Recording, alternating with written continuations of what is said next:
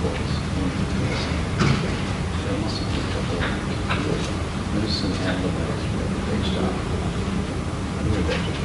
Jag måste undervisa. Jag ska ju stanna också.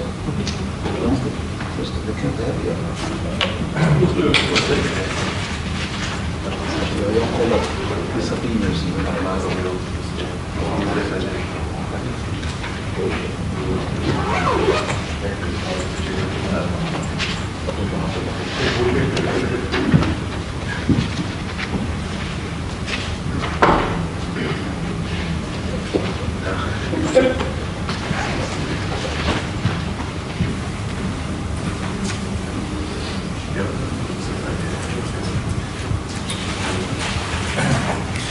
So, ladies and gentlemen, thank you for being here this morning after the long night and the party yesterday. I mean, see that we have at least some audience. So thank you for coming to this session entitled Serving Users, Serving Data. We'll have 5 very interesting talks, and I would like to introduce first Petr Souček, who is going to speak about view and download services for the theme, parcels, addresses and administrative units in the Czech Republic. Please. Thank you. Good morning, ladies and gentlemen. I am Petr Souček. I am from Czech Republic. I work in Czech office for surveying, mapping and cadastre. I have a presentation about view and download services for the teams, parcels, addresses and administrative units in the Czech Republic. I am going to introduce to our the infrastructure, and I am going to speak about 3 teams, parcels, addresses and administrative units. We use single infrastructure for inspire harmonized and non-harmonized national data sets and services. Source data are stored in information system of the cadastre of real estates for team parcels and in the registry of territorial identification addresses and real estates for other teams. Data for publication are stored in the publication database. We provide view services for parcel services. We started May 2011. Our services are open. Services are free of charge and are available for all users, and no registration is required. Services are implemented by a map server Maruška, by made local Czech company Jovap. Service follows technical specifications and harmonized services doesn't contain complete cadastral map, so we provide also national data sets and national services cadastral maps. Data are updated online and the source data are stored in the publication database. Benefits of harmonized services are parcel boundaries are displayed up to a scale of 1/20,000. On the other hand, doesn't contain complete cadastral maps and doesn't contain raster maps. Example of view services for team parcel. We provide 3 layers cadastral parcel with parcel polygon and labels of parcels, and cadastral boundary with parcel boundaries and cadastral zoning with boundaries and names of cadastre zoning. This is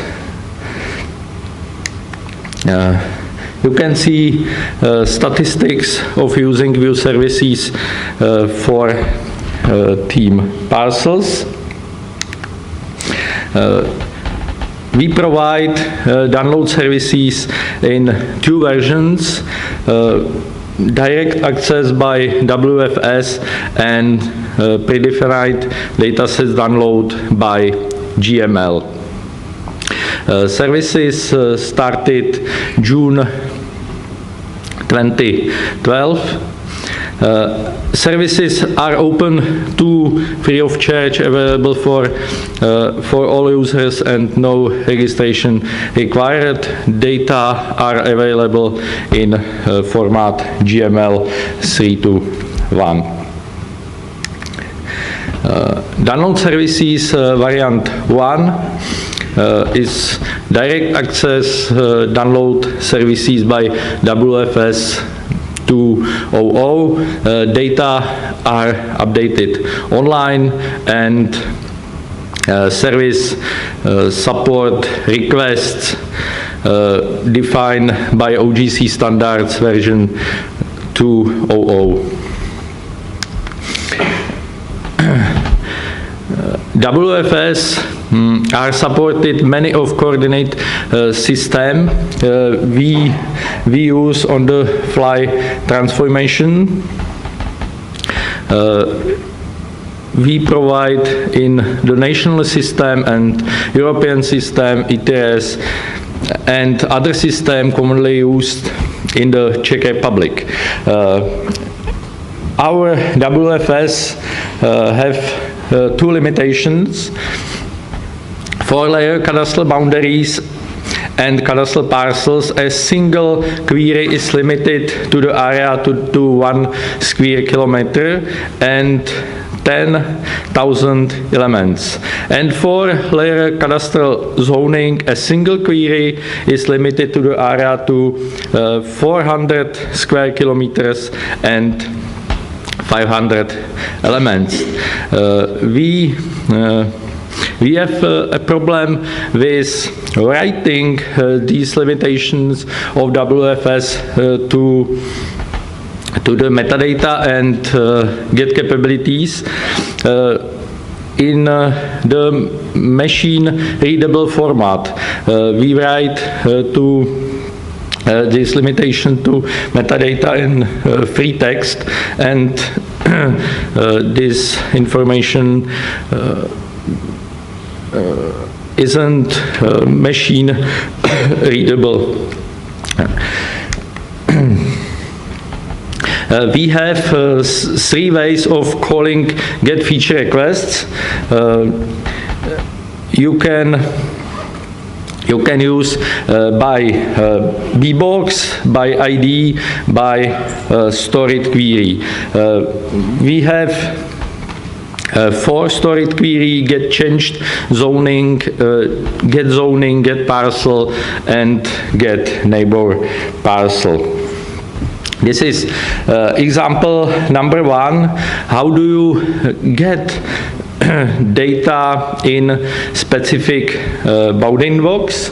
This is specific bounding box, and return this data. Example of WFS number 2. How do you get specific parcel by parcel ID?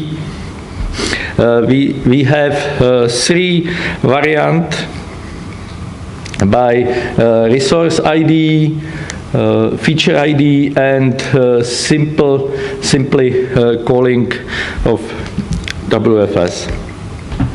Example number 3. How do you get neighboring parcels by parcel number? Neighboring parcels are shown green color. This is statistics of using download services by WFS. And variant 2 of download services for parcels. generated GML files updated daily. For each cadastral zoning is generated one GML file in ETRS and one GML file in national system. You can see statistics of using non-direct access download services GML file. Other teams, addresses and administrative units, source data are stored in the registry of territorial identification addresses and real estates. The team buildings from Annex 3 in process. The implementation through the publication database, data are replicated from the source database and data transformation is done using PL/SQL scripts, updated every 2 hours. View and download services for all teams implemented by map server Maruška. We provide view services for team addresses. Services are open to free of charge, available for all users, and no registration is required. Data are updated online for view services and WFS. We provide many layers, addresses with reference point for addresses. This address area with reference point of part of municipality, and addresses text, number of the building, zip code, and etc. This is. And layer thoroughfare with a street network in the third picture. Statistics of using view services for team addresses, approximately 15,000 visits per month. Download services we provide in 2 versions, direct access by WFS and predefined datasets by GML. Services are open to all services which we provided are open. Services started in September 2013. Download services variant 1. Data are updated online for WFS. We are supported many of coordination system, the national system, European system, ETRS, and other system commonly used in the Czech Republic. We have one limitations of WFS for layer addresses. The single query is limited to the area of 4 square kilometers and 5,000 elements. We have 2 ways of calling get feature requests. You can use by bbox, specific rectangle, and by ID. First example by bbox, and second and third example by ID. This is statistics of using download services by WFS. Using of these services is low. Download services variant 2 Generated GML files updated updated daily. For each municipality is generated one GML file in the European system and one GML file in national system. Statistics of using non-direct access download services. And last theme, ViewServices for administrative units. We started services in September 2013. Services are open, data are updated online. Example of ViewServices for team administrative units. We provide many layers, administrative units with polygon and administrative unit label and boundary of units. Statistics of using this ViewServices, approximately 15,000 visits per month. Download services in two versions, by WFS and by download GML. Services are open. Download services variant 1 by WFS. We support many coordination systems and data are updated online. We have limitation, the same as other teams. We have three ways of calling get feature requests: by bbox, by ID, by stored query. We have too many stored query. This is statistics of using, and download services. Predefined datasets, generate GML file updated daily, generate one GML file for all country in ETRS and one GML file in national system.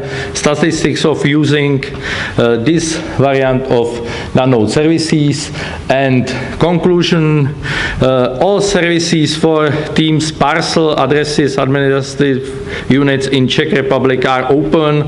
All services are provided free of charge for all users and no registration is required. Our publication database is good solution. We will continue with other team buildings from Annex 3, and all data and services are available on our job portal. Thank you for your attention.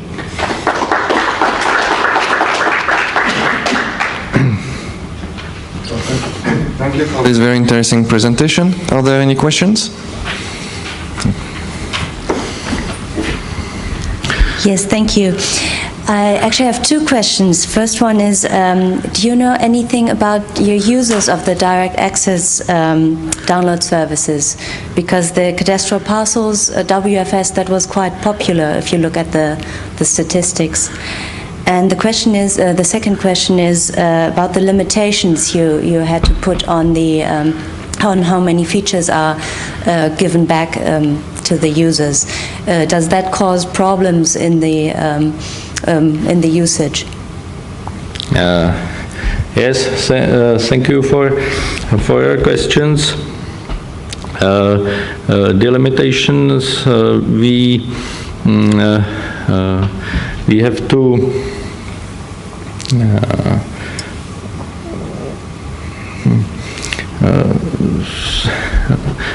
have because our infrastructure be problem with too many requests and too big data, because we have to have this limitation. And our services for WFS for parcels,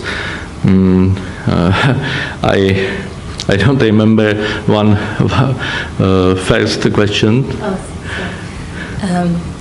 I was asking, do you know how your users use this WFS?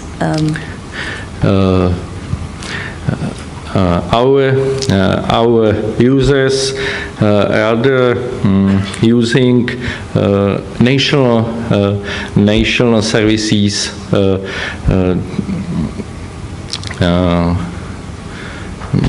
I'm sorry.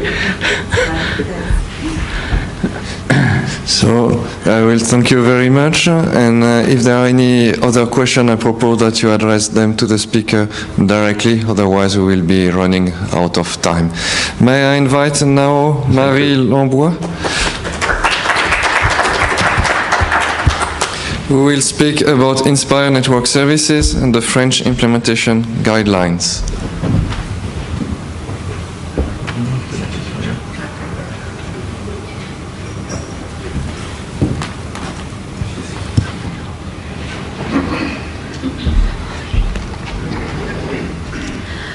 So good morning, everybody.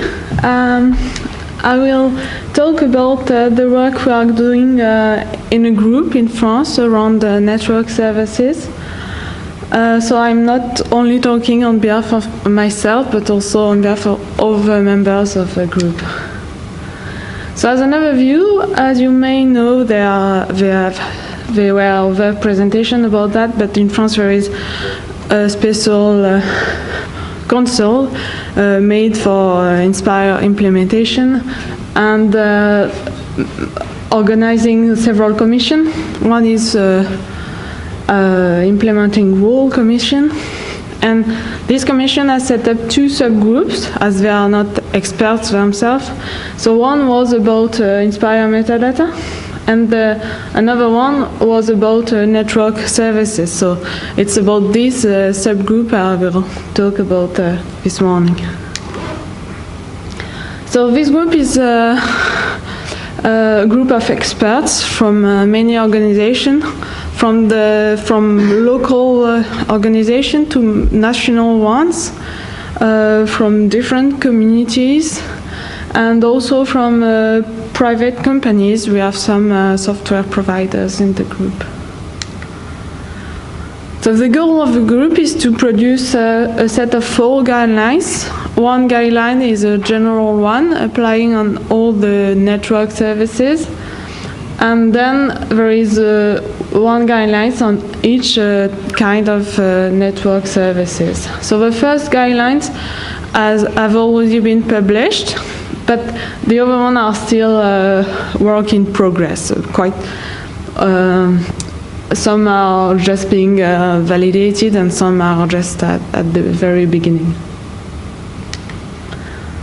So the general principle we use to produce this set of guidelines is first to use the legal aspects of Inspire, so the Inspire implementing rules, because we want that if somebody set up a service using the guidelines, then the service will be Inspire compliant. So that's the first goal of it. Then to reach a certain level of interoperability, we also use the technical guidance to have a European interoperability, but also existing national best practice, not to redo what has already been done before.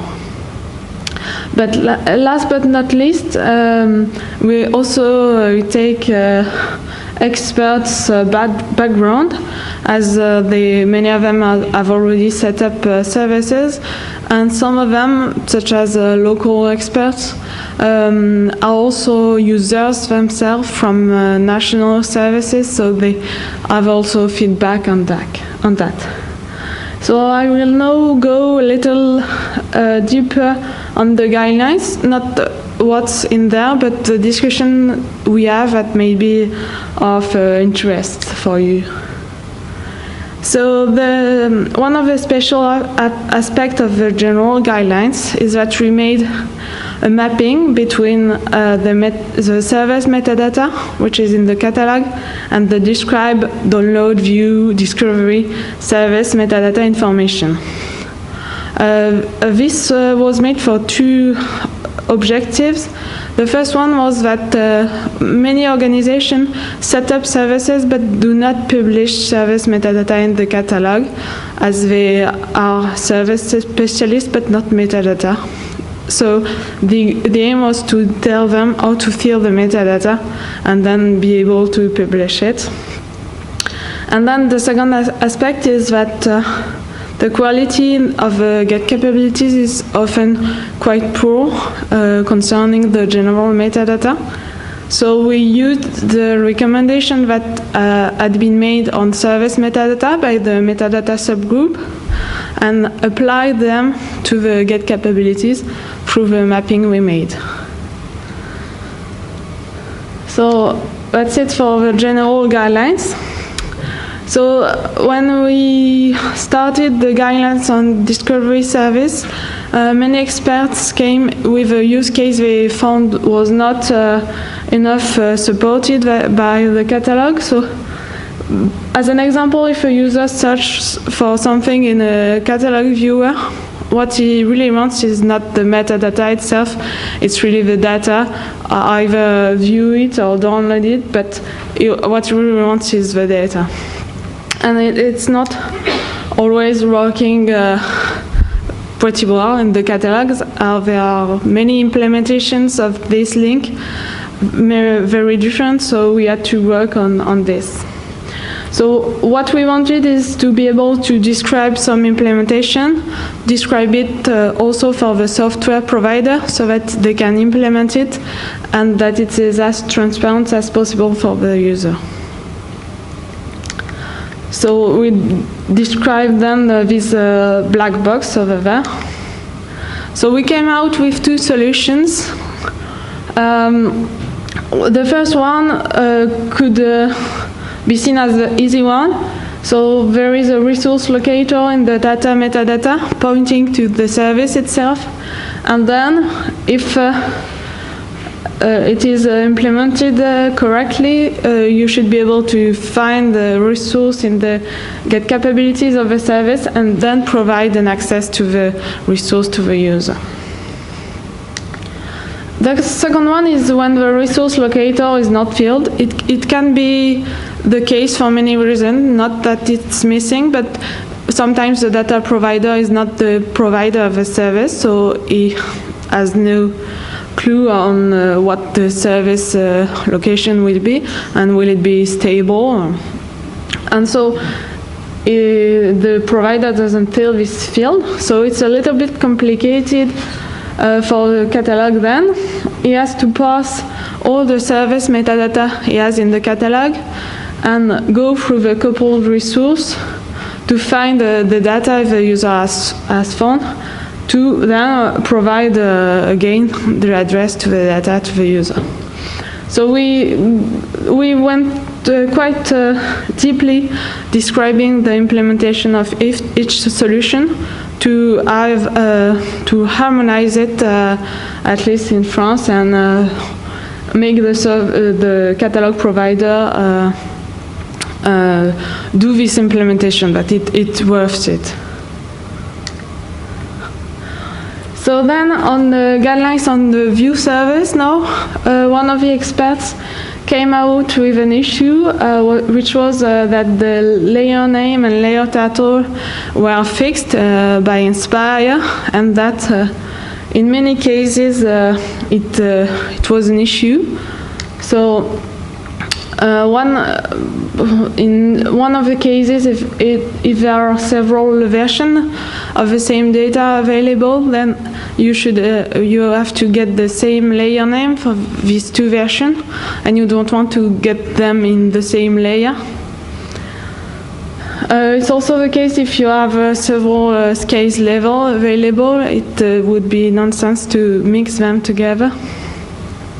And also sometimes if the data are generated by a very local provider. A user is often led to use several layers from several services, and then in its interface he would have the same layer names for each data.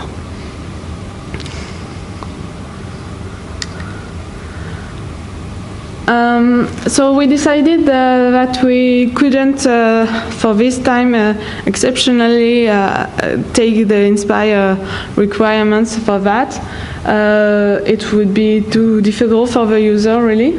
So we relaxed the constraints on the title. So we made the title free, as we found there were no interest really in having a fixed title, as it's only human readable.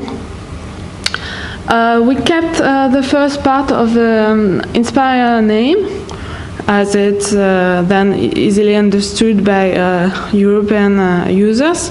But then we add a free part. So here is the example where you have two versions of the data. So we add a free part when we did put the date of the data, for example. But then on this last part, you can put whatever you want. So as we didn't want to keep that a French decision, we went through our MIG representative, and a new MIG work item was created around that. So it's the work item 20. And the discussion about that will be then continued in this context on RunMind, from what I heard.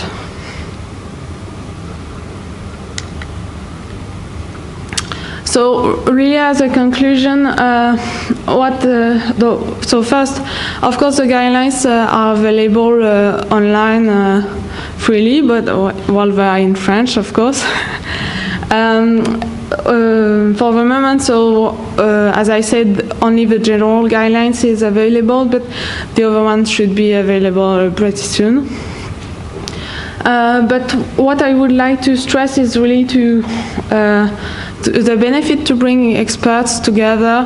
I think that Inspire was a really good excuse for that, and we discussed many subjects around the service metadata, not always related to Inspire, but always pointing out problems and making a better interoperability in France. So thank you for your attention.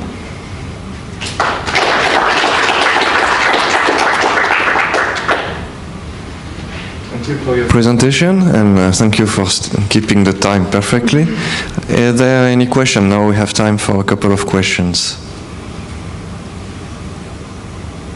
I will start with one question. Is this modification on the view the only difference that you have in your guidelines with the technical guidelines from Inspire? The only difference in terms of the risk of breaking the interoperability at European level? Yeah. Then the difference we have is more addition we make to the Inspire guidance, such as the French coordinate system or other things that the French user may need. But we really try to fit. So this was the only issue, and that's the reason why we really wanted to put that to the MIG, so that it is solved at a European level. And I guess if a decision made at the European level is different than the one we made, we will update our guidelines to get it harmonized. That's very good to hear. Is there any other question?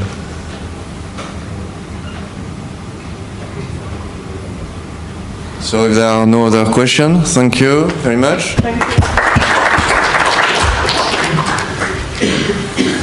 And I will now call Anders Söderman and his colleague to speak about multidisciplinary interoperability in ViewServices demands Portrayal via SLD-enabled WMS. So the floor is yours. Thank you.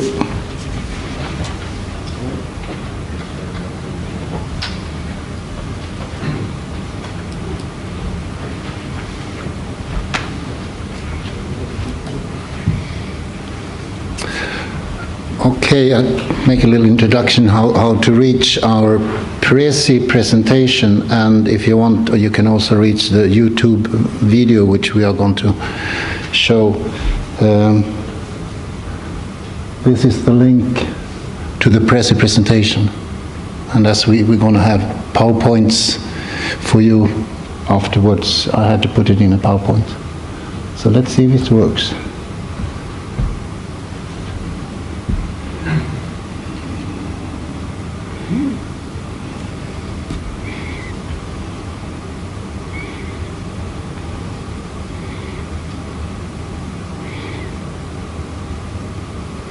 Okay. So.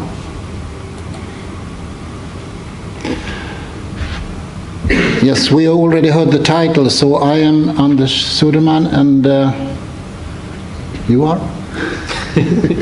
My name is Dan Olausson, and we have so limited of time, so we're not doing any commercials. That's who we are. Especially not me.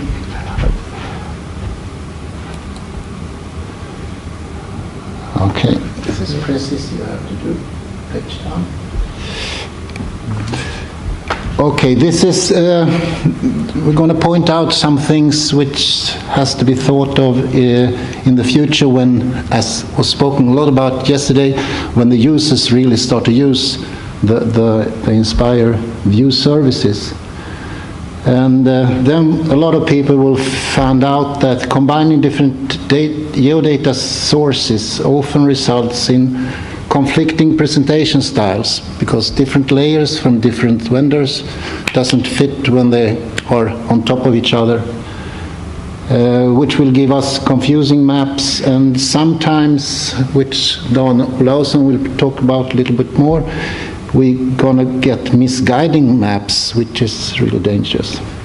So what we're gonna do now is look at a video which repeats the same overlapping layers 3 times, but on different background maps, because cartography changes, the needs for a good cartography changes depending on the background map.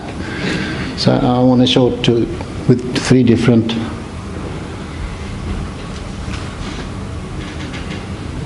backgrounds.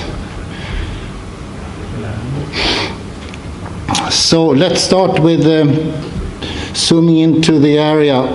Now we have Stockholm, and we are going a little bit southwest of Stockholm, and to the area where we're going to show how this works and what the problems are.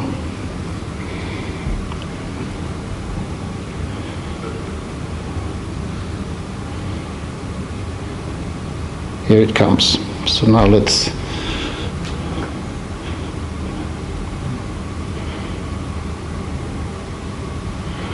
here comes Dan's information, and I think we have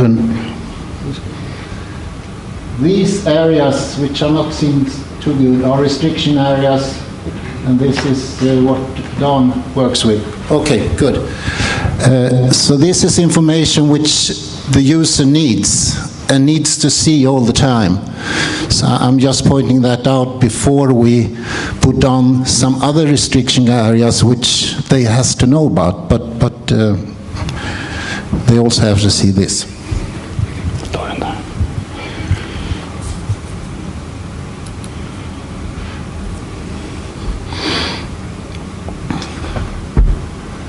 So now they comes the restriction areas, and you see the text coming up telling what it is. And in this case there are 5 restricted areas of different kinds which are influencing this part of Sweden.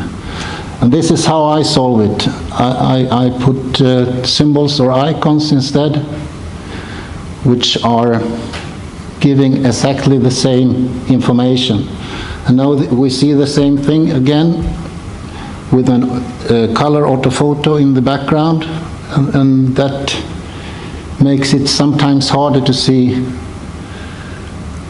the different overlapping layers from, I think it's 3 different sources in Sweden, organizations.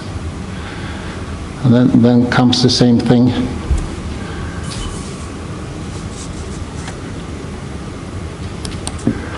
And these areas has that color, you see the borders comes here, and that symbol. Okay, I should use that again, sorry.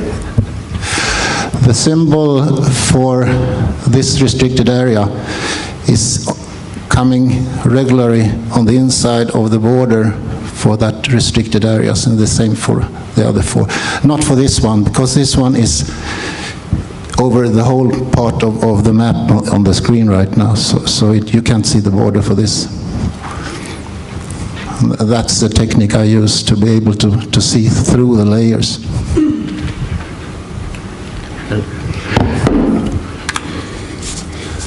Okay. Then we have a very simple map as the last example, showing the same thing.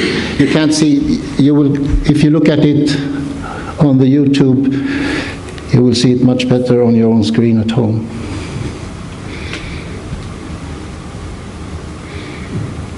Right, there you go.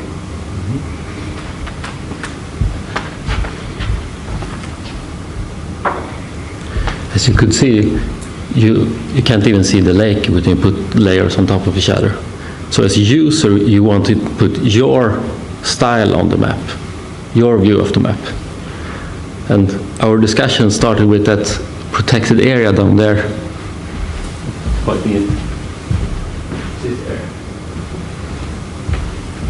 Anders was saying it looks ugly. I was saying, it's great, but you're missing the point. And we talked about it for a couple of weeks before. There should be a point there. That's the problem. There should be a point in that area, and it's missing. And why is it missing? Because the SLD files, the SLD cannot filter on those types. Vilken knapp var det? Page down. Uppe till höger. So, as a user, I put my SLD files on this layer because I want my lookout. I want to see the things I am interested in. And this geometrical filtering isn't working. ViewServer has a solution to it. They have an extension with the filter. The OGC standard is missing this kind of filter. Well, the solution is add a G-type attribute. You can do it in Inspire, add a G-type attribute. And then I can filter. But after a while we discussed this, we kind of noticed that we both were missing a point there. Not that many understands that you have a need of an external SLD. And that's why we added a point there, enable external SLD. Maybe you've heard of a project, small project called Inspire, perhaps. I'm really not sure of it, because if you have a catalog, you can ask a question to the catalog. Get record request. Filter all these elements that has a VMS link, and let's say protect the sites. You get them from all of Europe. You don't care about if that organization providing it or that organization. You want the data. You want to know it.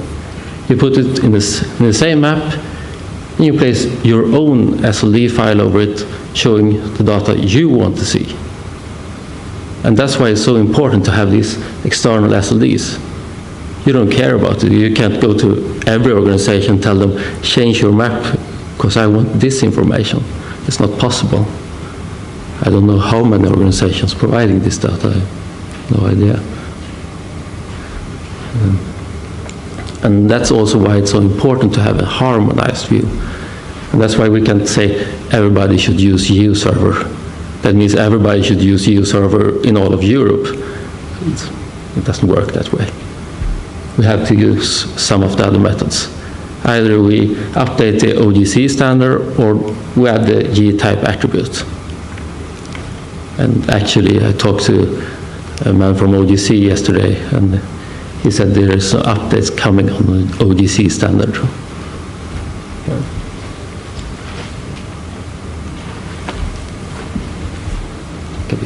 Could we talk about it? There were only these 2 points we thought we had time to fit in this area. The possibilities with this ViewServices to actually see all of Europe, to gather data from all of Europe, and the small issue that you have to enable this external SLD, and I don't know, the last point you added. Well, yes, of course, just putting colors on polygons or putting some kind of lines and things like that, that doesn't solve the problem, because then you can't see through them as easy as you could do if you further develop web cartography. So I think that has to be a lot of work done when people start using this, and it should really be useful for them.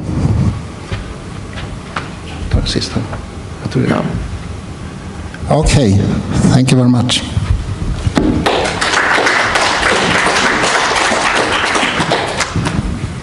Thank you for your presentation. Are there any questions?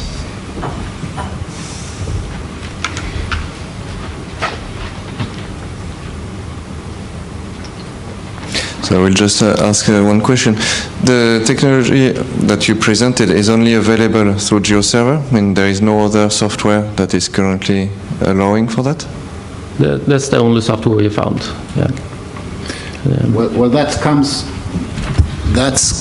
to filtering on the geometry type, that you can filter on points, lines, and polygons within the GeoServer. That's what different. Otherwise, what's in these SLDs should work with every VMS program, because if they follow the OGC standard, it should work. So that's... Thank you. Still, no question? Yes, one question.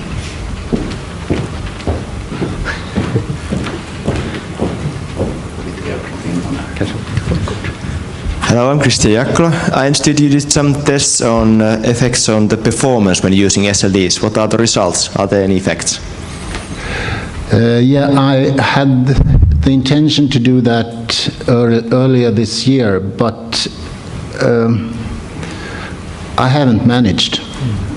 It's very hard to make the load specification to be close to reality, and so the figures says something. So perhaps you have to come back to Spatial and get some help, because you have the performance thing in your. We are a small data provider. We only have 200-300 million requests each month, and we haven't seen any difference. There's no problem. But we use ViewServer. Yeah. So, thank you very much.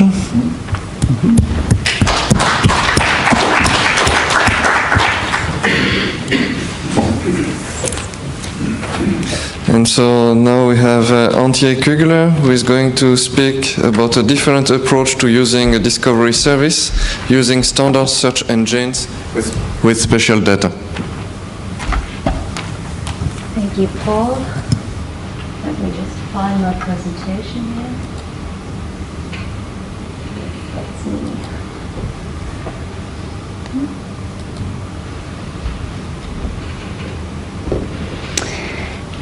Yes, hello, good morning. My name is Antje Kügeler. I'm a project manager with Conterra in Germany. And I want to talk to you about a different approach to using a discovery service using standard search engines with spatial data. Oops. There we go. The project we did this for was for a client called the Saxon State Spatial Data and Land Survey Corporation, or short GOSN. You might know Germany is a federal Republic, so we have different states, and Saxony is the one marked in red in this map of Germany there. On the contractor side, it was Conterra as the main contractor, and we worked with a total of 5 subcontractors, namely Interactive Instruments, ADZ-CAD, T-Systems International, T-Systems MMS, and Xima. It was a fairly large project. And the goal of the project was to provide software for the spatial data infrastructure, especially to provide data for Inspire. Because in Germany, because of this federal structure, it's actually the states that, or in some cases, it's the states that are responsible of delivering the Inspire services.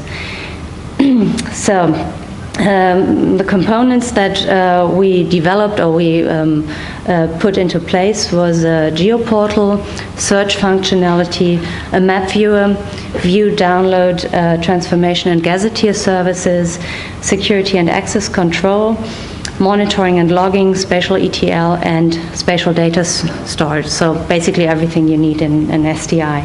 But don't worry, I'll just talk about the search today. The project was running for 28 months, and we just finished and are now in a maintenance phase. Oops, there we go. So the goal regarding the search functionality was to make it easy to use, of course, and allow users to search for metadata from a metadata catalog, content from a content management system, websites also from different domains, and geodata delivered from gazetteers, WFS, Inspire download services, and a variety of other services such as shapefiles. And then, of course, display whatever they found. And I think the interesting thing that our client realized was that the information should also be found using just a standard internet search engine like Google or Bing, because they were aware that if someone who was not from the geoinformation domain, they would not know of this geoportal, and they would not first look for a geoportal and then look for what they were looking for. They would just input it in Google or Bing. And so that's why they found it very important that all the information would also be available when you enter the search term in the internet search engine.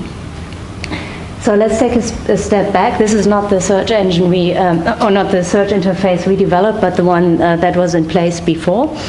And yeah, sorry, this is all in German. You might brush up on your German a bit during my talk. Just to demonstrate what it looked like before, this is very similar to what metadata searches looked about, I don't know, 5 years ago. So you input a search, then you get this search in progress field or page, and if you did know some German, you could probably read that. It says it's asking you for patience, because the search might take up to 2 minutes, which of course in nowadays is not really acceptable to most users. Then you get, this is actually a federal search, federated search, so you get a list of catalogs that you found hits, click on that, then you get the list of hits to your search term, and then click again and you finally get your metadata that you were looking for. So I think this was about five clicks to get to this result. And GeoSN, our client, also had some other searches connected to geo-information, such as an address search, which had a total of 4 input fields here, or a search for landscapes, where you had 1 input field, and then this index down there where you can click on a letter, and then another search for map sheets. And they were actually quite unhappy with these different interfaces for whatever you were searching for. So they decided they wanted to get rid of all these individual dialogues, and instead they wanted just 1 input field, a very clear, clean interface where you could input whatever you are looking for, whether it be an address or metadata. If you're looking for WMS or whatever, just put it in this 1 field and have the same behavior for all types of search. especially things like we've been getting used to auto-suggest when you start typing, that you actually get a list of things you might be searching for to select from, or did you mean, if you have a typo, then they say, oh, we didn't find anything for your search term, did you maybe mean another search term? And this is something that internet search engines or commercial search engines, or even open source search engines from the non-geo domain, they can usually do out of the box. And the software we were supposed to use was a very powerful search engine called Autonomy Idle. It had no geospatial functionality in the version that we used, but it did have support for these nice functionality like auto-suggest or did you mean. The input for the search data, or input data for the search, was for one, web pages, documents on the internet, basically things that standard search engines are very good at. That's what they're made for. But then, of course, we also had the metadata from the metadata catalog accessible via the CSW interface. And this was actually the first question. How do we actually get this standard search engine to index the data from the metadata catalog? You could, of course, point it to the just to the CSW interface, but then it wouldn't get to the individual metadata sets, because you would only get the get capabilities of the CSW. So that was the first question. And then other things that were supposed to be searchable were features from web feature service or shapefiles. And this, of course, a standard internet search engine cannot deal with. They just wouldn't know what to do with the formats. So the challenge was to find a way to make the spatial data accessible to search engines. For one, the internal search engine that we used, that we of course had a bit more control over because it was part of the project, but then of course also internet search engines. So this is what we did. We used ETL and FME to create files that the search engines actually can index. So we had the CSW on one side, the internal search engine on the other side. We used FME to access the CSW and then fetch each set of metadata just via getRecordById from the CSW, and then put it into a format that the search engine understands.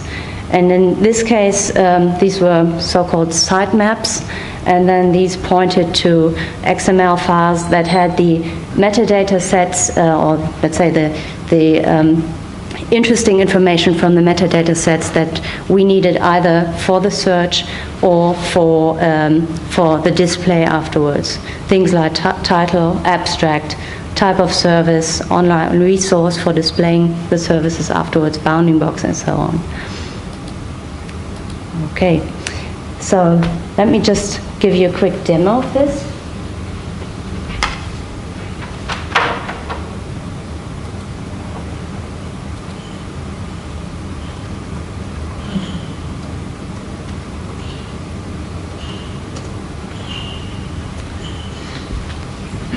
Here we go, that's the geo portal here. And I'll just start typing for something Wetter, which is weather in Germany. And here you see that's the auto-suggest that already gives me some things I might be looking for. I'll just type and send it. And so now I have different results here. And for each results I have just some more details, which is usually the information from the metadata catalog. And even if you don't speak German, you might recognize here some of the elements that are from the metadata, like that. Okay, and so then I can just add this service to the map. I now get the layers that are available, add them to the map. Oops. And here I have the weather in Saxony. Right now it's actually updated daily, so it's nicer where we are right now. Okay, so that's it for the demo. Let me get back to the presentation. So that was the first part with the internal search engine. And so now the second question was, how do we do this for Google to index this kind of metadata? And again, here we used FME to connect to the CSW. And again, we created sitemaps with, but in this case, with information from all the metadata sets in the catalog. And actually, sorry, just went in the wrong direction here.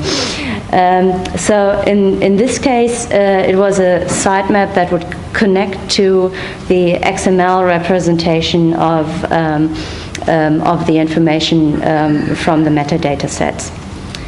So for those of you who aren't that familiar with these sitemaps, it's a standards. You can, very simple one, you can look up at www.sitemaps.org, and but I think you get the idea pretty quickly.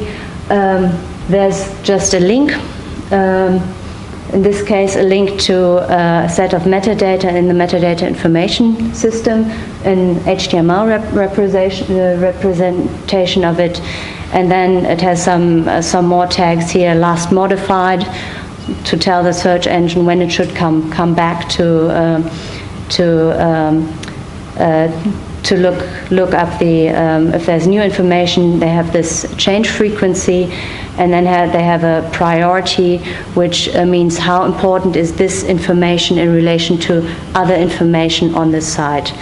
And these sitemaps, it's not nothing that's from the geospatial domain. It's just something that you will find on, I guess, most internet sites. Let me quickly demo that it actually works with Google as well. And here I'm going to look for some public authorities. Oops. Keyboard is a bit different from what I'm used to. Go to Google, and oops.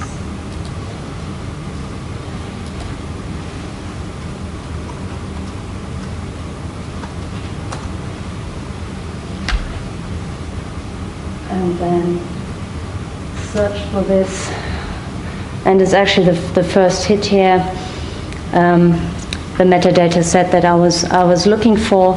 And even if I'm a user who wasn't aware that there's this geoportal before, now I know that it's there, and I might even get interested in looking at other parts of the geoportal.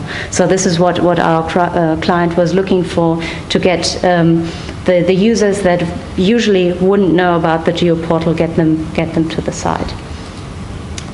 Okay.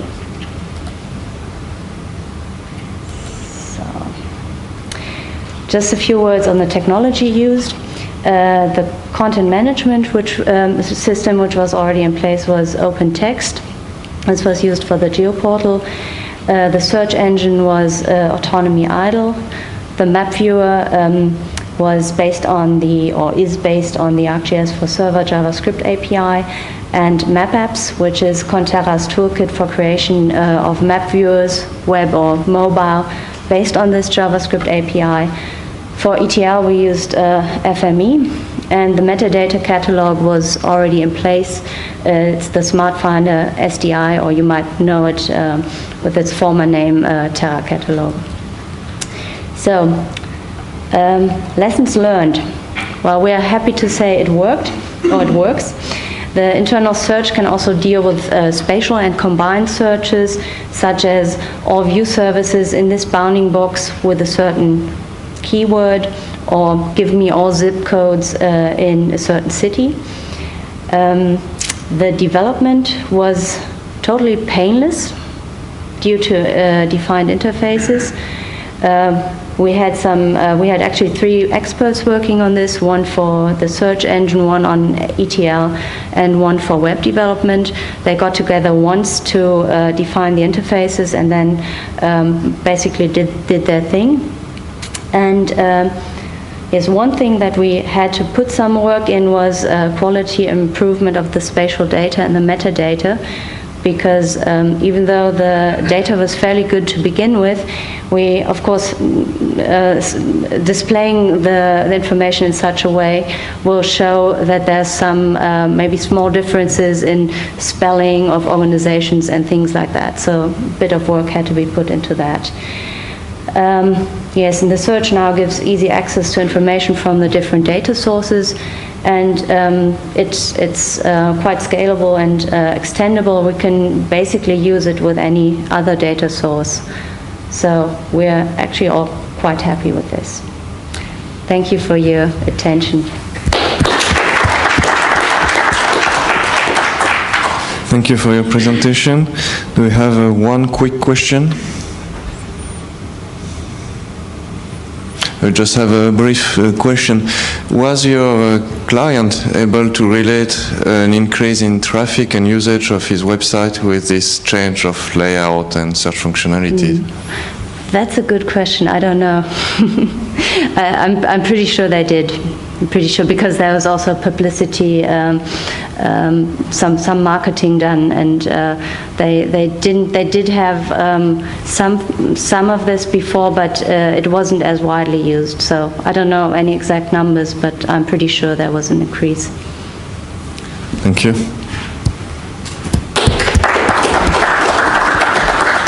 And now our last speaker for today's session, Ralf Hackmann, to speak about OpenInspire for a broader use. What is missing?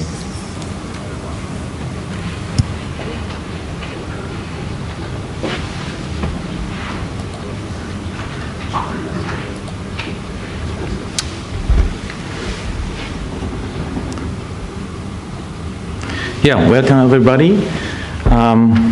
Happy to be here to do this presentation, and I'm happy that you found the way to this, I think, almost last normal presentation on this long conference. So,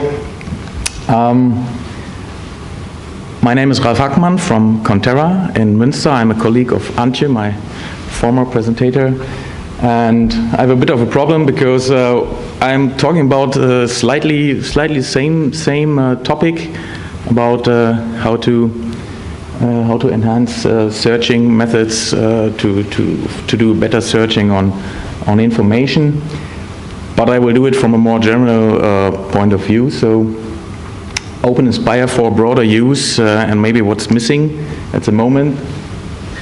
We'll start with the question: how can the slumbering treasure of Inspire be lifted? So I think that's a question we all have, and don't be afraid. I don't want to talk about what Inspire is, but just to see what we have.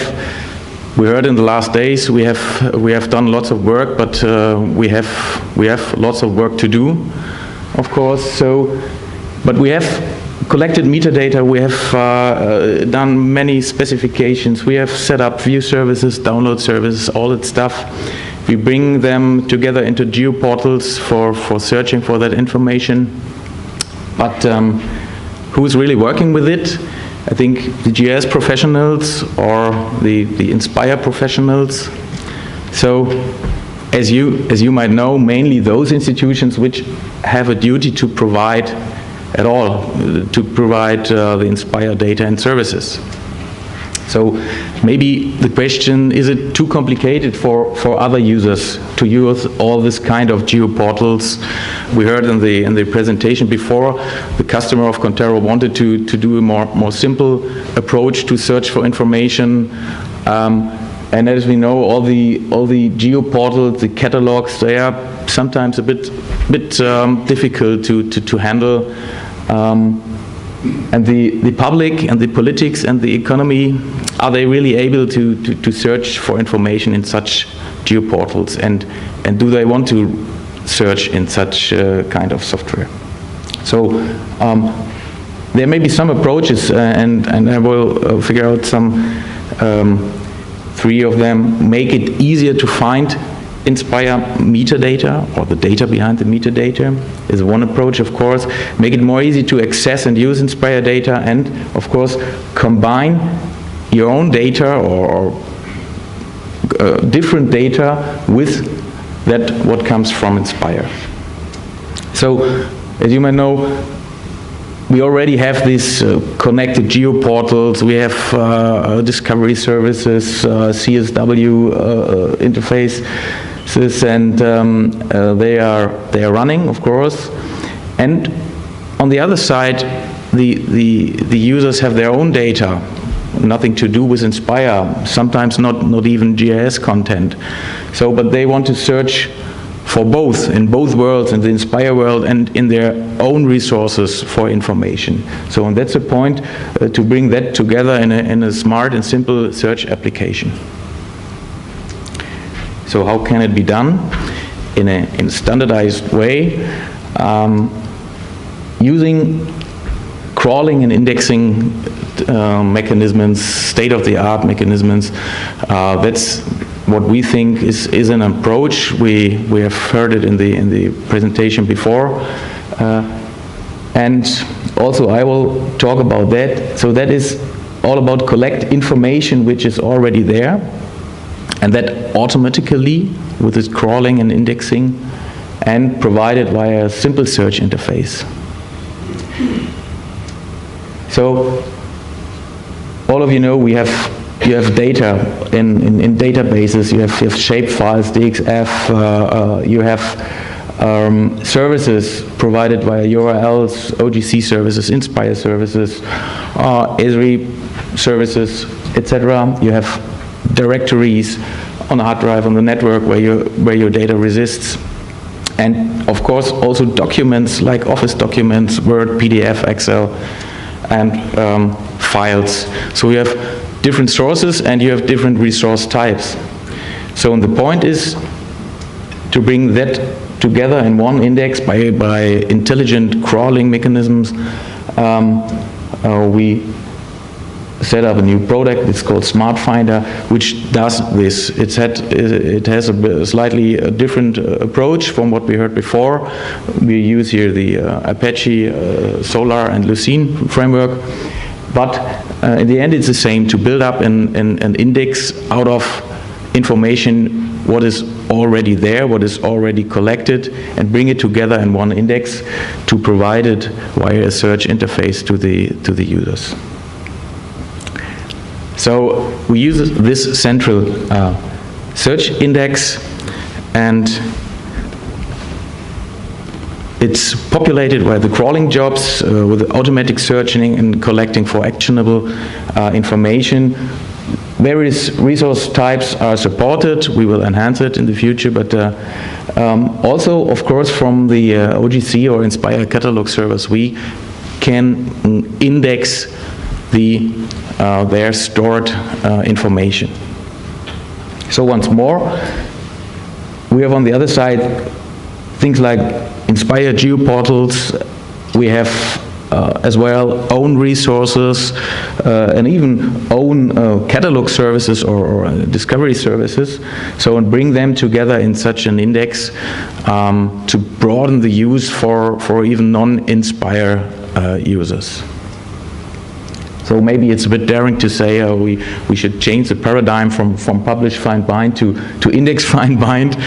Don't take it too serious, but it's just to show that we have to think about new ways to get the content to the people.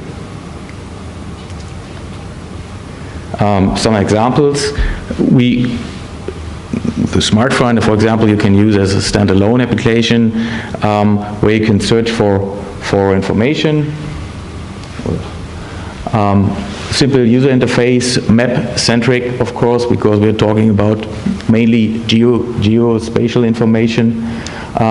You type in your search terms, get suggestions, and then you find on the map, of course, the bounding boxes of the index data. Here are the results, and I see the results in such tiles. And you can work with each tiles in different ways. For example, you can skip it, then you get some brief summary on the other side.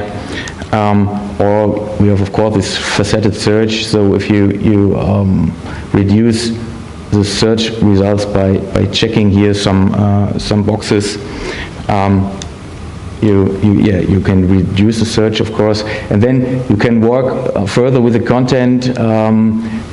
Like here, I have a screenshot of, I was searching for coast levels, water levels, get some suggestions, get the result tiles, and can get some more information. And keep in mind that is all crawled and indexed automatically. So we take out of the data, out of the catalogs, out of the services, the information by intelligent crawling mechanisms to provide it here. This is highly configurable so that you can really get out of the data the information you would like to provide to your users. And you can add, in that case, you can add the service because it's an WMS. You can add it to the map, and if you click here on the map content tab, you can work with the map a bit. You can change transparency and so on. So it's very easy to use it.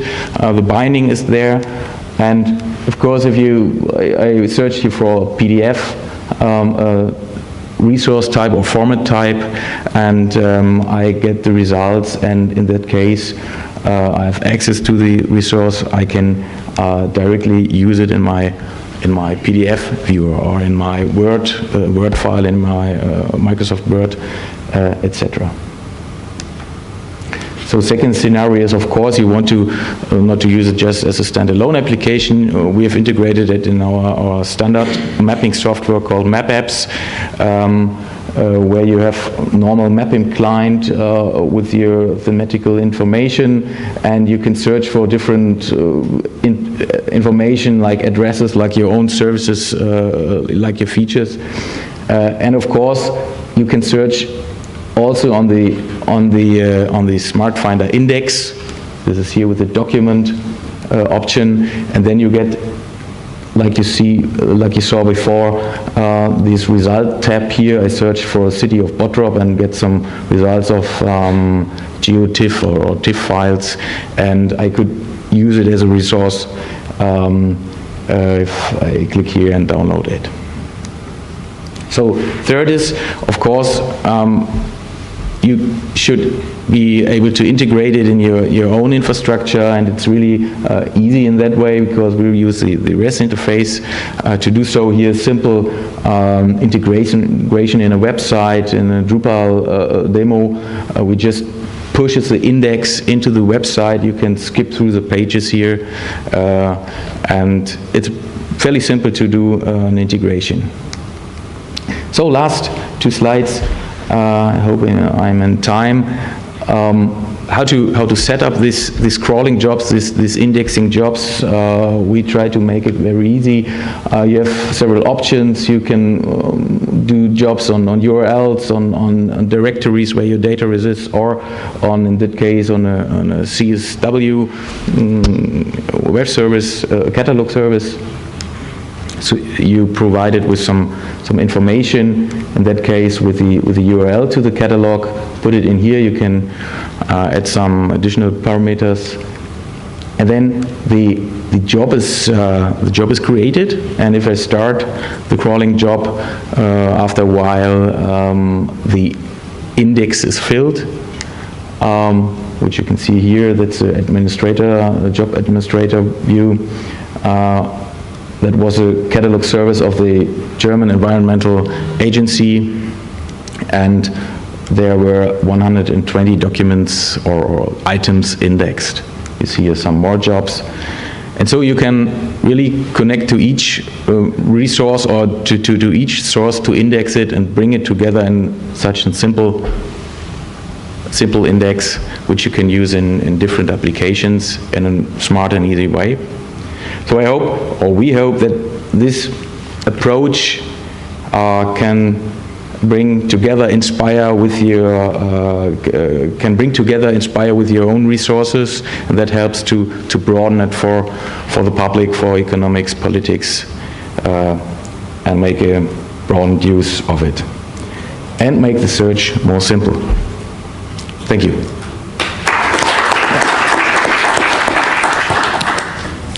Thank you for this presentation and for having perfectly kept the time, so we have time for questions.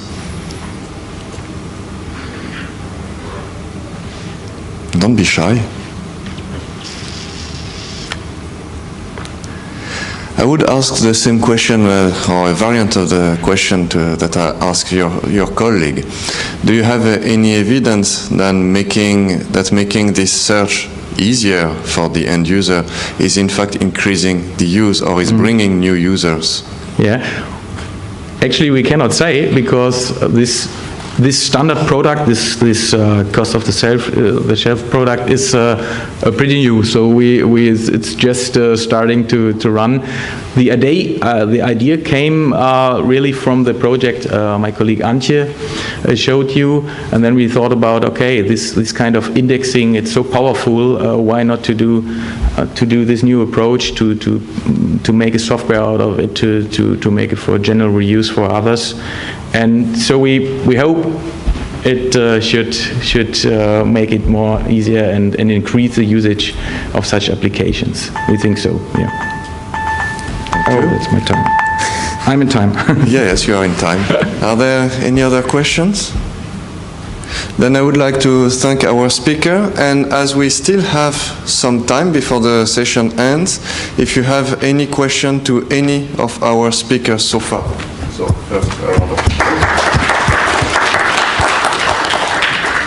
So are there any questions to any of our speakers of today's session? So everything was clear? So of course you are free and welcome and encouraged to go and meet with them, speak with them. And then I would like to thank you all for having attended this session this morning, so early, after a very nice social event yesterday evening. Thank you.